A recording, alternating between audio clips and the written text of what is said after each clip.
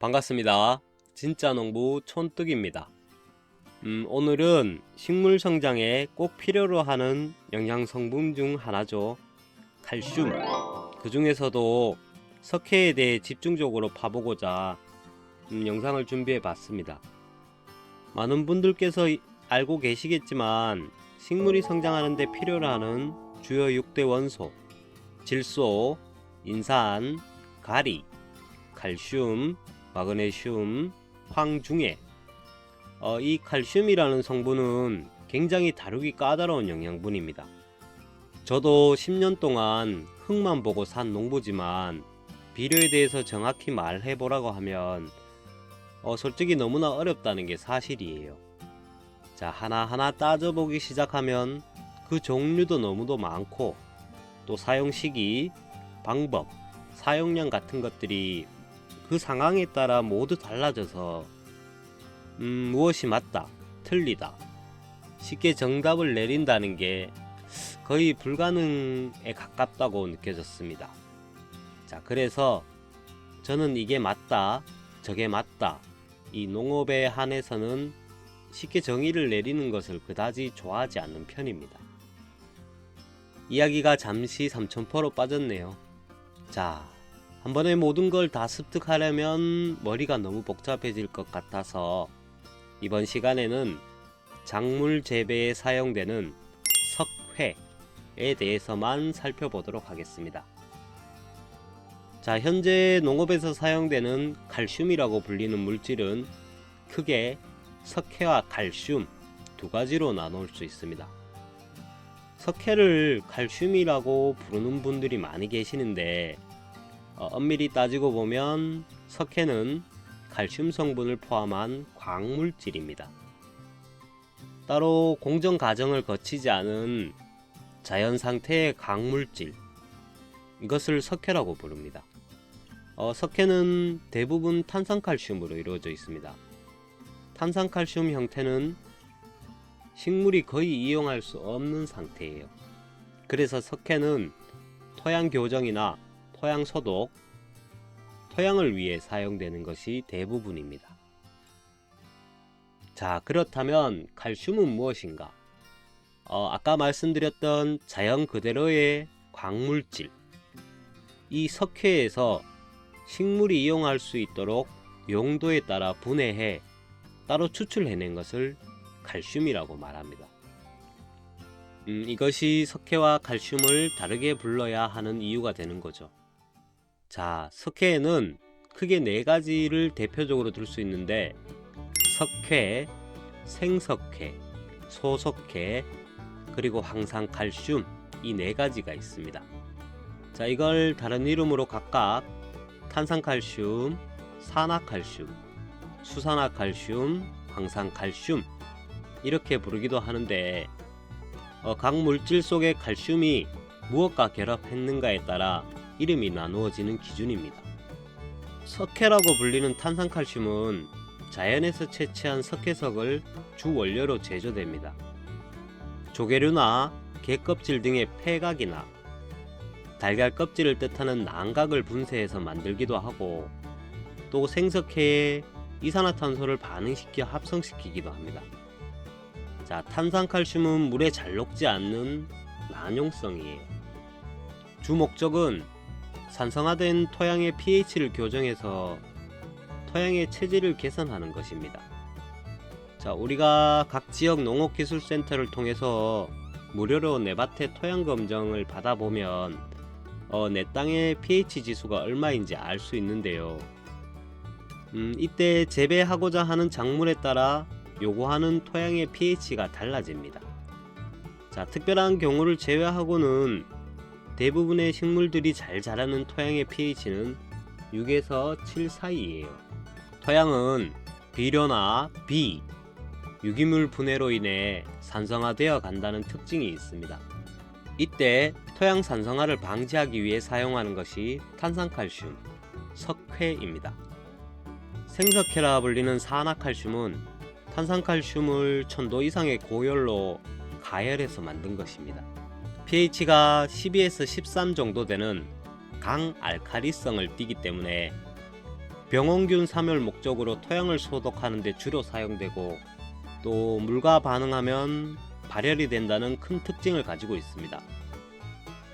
이 산화칼슘은 산도 교정 효과가 가장 빠르지만 변화가 너무 급격하게 일어나기 때문에 작물을 심기 직전에는 절대로 사용하시면 안됩니다.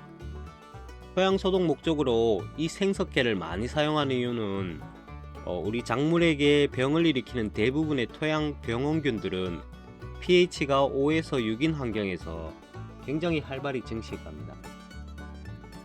이때 pH가 2배 이상 높은 생석회가 들어가면 토양의 pH가 급격히 올라가서 병원균의 생육 환경을 파괴시키는 원리로 작용합니다.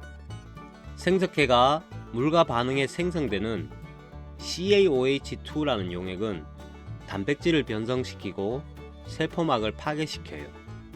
자, 결과적으로 병원균의 세포가 화학적으로 손상되고 또 사멸하게 되는 것이죠.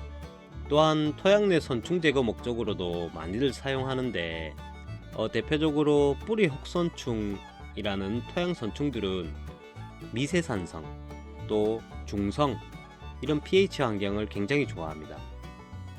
실제 작물을 심어서 선충 피해가 심한 곳에 이 생석회를 넣으면 선충의 피부 단백질을 손상시키고 또 토양 내 선충의 아래 부하를 억제시켜 줍니다. 그래서 선충이 서식하기 굉장히 힘든 조건으로 만들어주기도 해요. 이 생석회를 토양 개량이나 토양 소독 목적으로 사용할 경우 아까 말씀드린 것처럼 작물을 심기 보름 정도 전에 미리 살펴하셔야 안전합니다. 또 비료, 특히 질소 성분의 비료나 인산 성분의 비료와는 절대로 함께 뿌리시면 안됩니다. 생석회는 물과 만나면 강한 알칼리성으로 변하고 또 암모니아계의 질소와 만나면 다음과 같은 화학 반응이 일어납니다. 이 같은 화학 반응으로 인해서 암모니아 가스로 질소 성분이 공기 중으로 휘발되어 비료 효과가 거의 사라집니다. 그리고 동시에 작물의 잎이나 뿌리에 암모니아 가스 피해가 발생할 수도 있어요. 인산 비료는 대부분 인산 또는 인산염 형태로 존재하는데 이 성분이 생석회의 강한 알칼리와 만나면 또 다음과 같은 화학 반응에 따라 불용성 인산칼슘으로 변합니다. 자, 인산이 토양에 고정되어서 작물이 이용하지 못하게 되고 또 더 나아가서 토양 염류 집적 현상을 일으키기도 해요. 자, 이러한 이유 때문에 생석회는 복합 비료를 사용하기 적어도 보름 전에는 토양에 뿌리셔야 합니다. 자, 세 번째는 수산화칼슘이라 불리는 소석회입니다. 혹시 석회보르드액이라고 들어보신 적 있는지 모르겠습니다. 자, 가수를 전문으로 하시는 분들께서 많이 사용하는 자재인데요. 이 석회보르드액을 만드는 재료로 쓰이는 것이 바로 이 소석회입니다.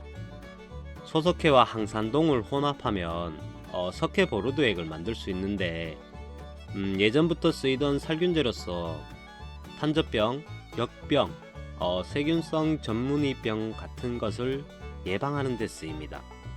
이 소석회도 생석회처럼 pH가 매우 높아요. 그래서 토양의 산도 조절을 위해 주로 사용됩니다.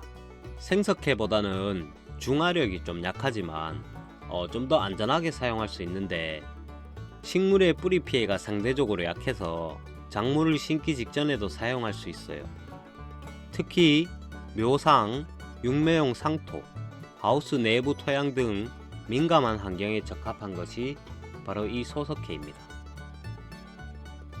자, 마지막으로 석고라고 불리는 황산칼슘입니다.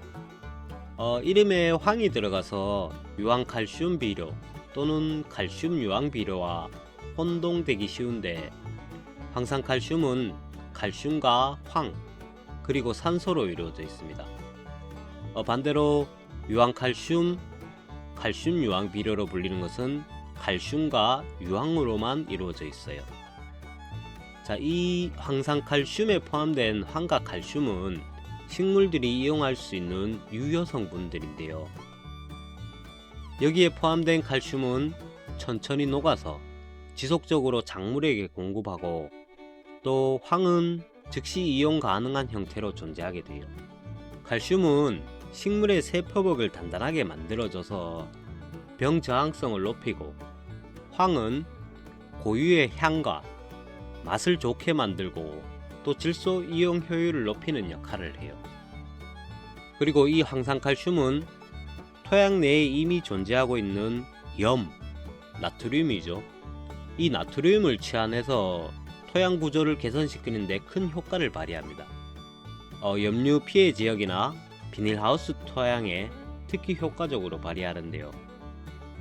황산칼슘은 생석회나 소석회처럼 산성 토양을 교정하는 목적에는 조금 효과가 떨어지지만, 염류 제거 목적에는 큰 효과를 발휘해요. 생석회와는 달리 대부분의 비료와 함께 토양에 뿌려도 무방한 것이 이 황산칼슘입니다.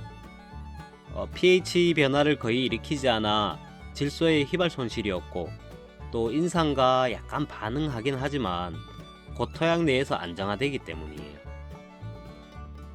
이 황산칼슘을 일간에선 황산마그네슘, 황산아연 등 황산이 들어간 비료와 함께 사용하면 석고 덩어리로 굳어버린다고 해서 함께 쓰지 말라는 말이 있는데, 이것은 조금 틀린 정보입니다.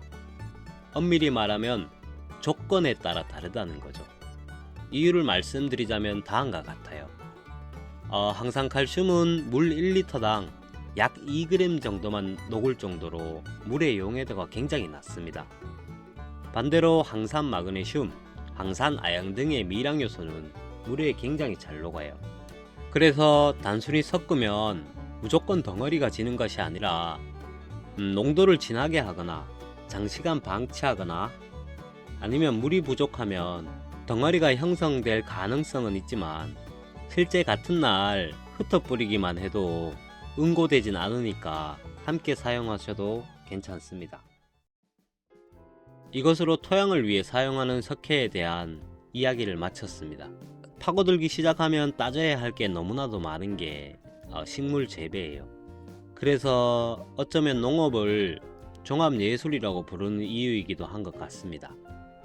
자, 과유불급이라는 말이 있듯이 한 번에 많은 것을 알아가는 것이 아닌 천천히 하나씩 알아가는 재미를 느꼈으면 좋겠습니다. 오늘 제가 준비한 영상은 여기까지입니다. 다음 시간에는 작물들에게 바로 적용할 수 있는 석회에서 추출한 수용성 칼슘에 대한 영상을 준비해 보겠습니다. 자, 감사합니다. 진짜농부 촌뜨기였습니다.